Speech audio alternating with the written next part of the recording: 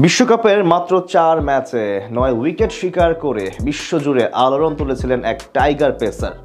জাতীয় দলের পেস বিভাগে যিনি হতে পারতেন নতুন সম্ভাবনার নাম, কিন্তু কাল হয়ে দাঁড়ায় তার ইনজুরি। ছন্দে থাকা সত্ত্বেও বারবার ছিটকাতে হয় মাঠের বাইরে।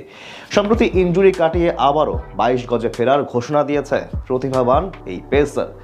হারিয়ে ফিরতে যাওয়া কে এই টাইগার পেসার, এই নিয়ে জানবো রিপোর্টে।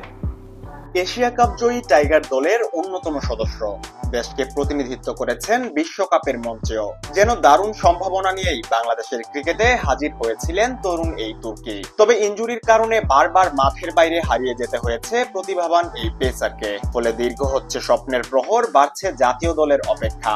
বলছিলাম 2023 সালের যুব এশিয়া কাপ জয়ী ক্রিকেটার রোহানাতৌলা বর্ষণের কথা। শিরোপা জয়ের পথে সেবার গুরুত্বপূর্ণ ভূমিকা রেখেছিলেন এই ডানহাতি পেসার। দারুণ পারফরমেন্স সুবাদে অল্প সময়ের মধ্যেই সবার নজর কাড়েন তিনি। এরপর গেল বছর অনূর্ধ্ব-19 বিশ্বকাপেও মাত্র 4 ম্যাচে 9 উইকেট শিকার করে আলোড়ন তুলেন দেশের ক্রিকেট জগতে। কেননা দলের হয়ে 4 ম্যাচ খেলেছেন এমন বোলারদের মধ্যে তার উইকেটই সর্বোচ্চ। তাছাড়া দেশীয় বোলারদের মধ্যে 5 ম্যাচে 10 উইকেট নিয়েছেন শেখ পারভেজ জীবন। গড় বিবেচনা করলে বর্ষণই এগিয়ে থাকবে টাইগার বোলারদের মধ্যে।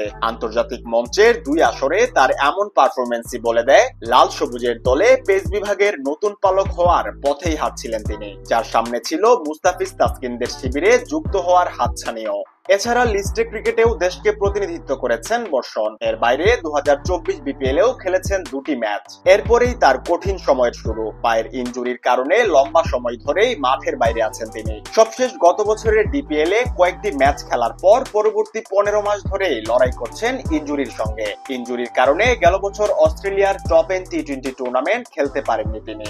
এবারও পারলেন না দলের সঙ্গী হতে। তবে লম্বা সময় ধরে ইনজুরিতে থাকলেও নিজেকে সবসময়ই প্রেরণা দেন 20 বছর বয়সী এই পেসার। বর্তমানে এইচএসসি পরীক্ষা দিচ্ছেন তিনি। তবে আশার বিষয় হলো এখন পুরোপুরি ফুল রিদমেই বল করতে পারছেন, তাতে কোনো রকমের অসুবিধাই হচ্ছে না তার। তাই আসন্ন এনসিএল টি20 দিয়ে মাঠে ফেরার আশা করছেন তরুণ এই পেসার। আগামী 14 সেপ্টেম্বর থেকে মাঠে গড়াতে পারে এই টি20 টুর্নামেন্ট, যেখানে নিজ বিভাগ রংপুরের হয়ে খেলার লক্ষ্যে এগোচ্ছে বর্ষণ। এ নিয়ে গণমাধ্যমে তিনি বলেন, আমি এনসিএল টি20 দিয়ে ফিরতে চাই, সেটাই আমি প্ল্যান করছি। যদি কয়েকটি ম্যাচও খেলতে পারি তবে সেটা আমার বিপিএল খেলার জন্য ভালো হবে।